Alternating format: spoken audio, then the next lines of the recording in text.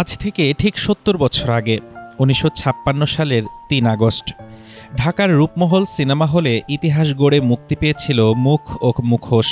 তৎকালীন গভর্নর শেরে বাংলা একে ফজলুল হকের হাতে উন্মোচিত সেই একটি ছবি বদলে দিয়েছিল এই অঞ্চলের বিনোদনের চিত্র। জন্ম হয়েছিল বাংলাদেশের নিজস্ব চলচ্চিত্র শিল্পের। ১৯৫৩ সালে পূর্ব পাকিস্তানে ছবি নির্মাণ সম্ভব নয়।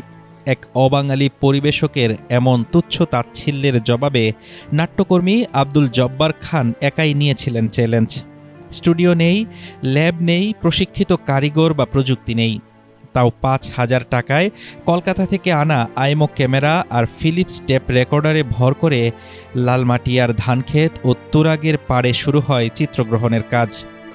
লাহোরের লেবে কাজ শেষে সব বাধা পেরিয়ে রূপমহলের পর্দায় ফুটে উঠেছিল বিজয়ের আলো।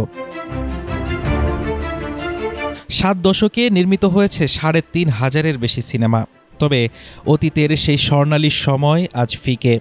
একসময় সারা দেশে প্রায় ১৭০০টি সিনেমা হল থাকলেও বর্তমানে নিয়মিত চালু মাত্র ৫০ থেকে ৬০টি। বড়জোর ঈদে তা দাঁড়ায় ৮০টিতে।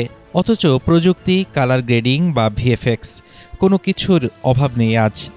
আসল সংকট ভালো গল্প, শক্তিশালী চিত্রনাট্য ও দূরদর্শী নির্মাতার।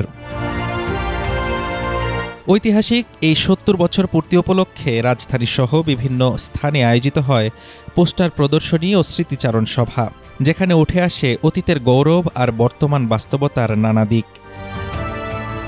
তবে সংকটের মাঝেই আশার আলো দেখাচ্ছে তরুণদের হাত ধরে তৈরি নতুন কিছু কাজ।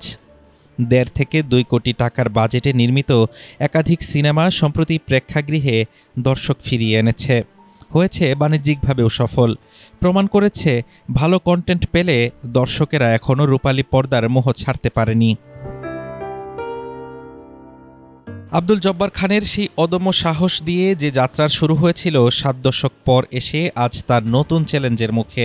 প্রযুক্তির এই যুগে ভালো গল্প আর সঠিক অবকাঠামোর মেলবন্ধন ঘটাতে পারলে রূপালী পর্দার সেই সোনালি দিন ফিরিয়ে আনা এখনও সম্ভব বলে মনে করছেন চলচ্চিত্র নির্মাতারা।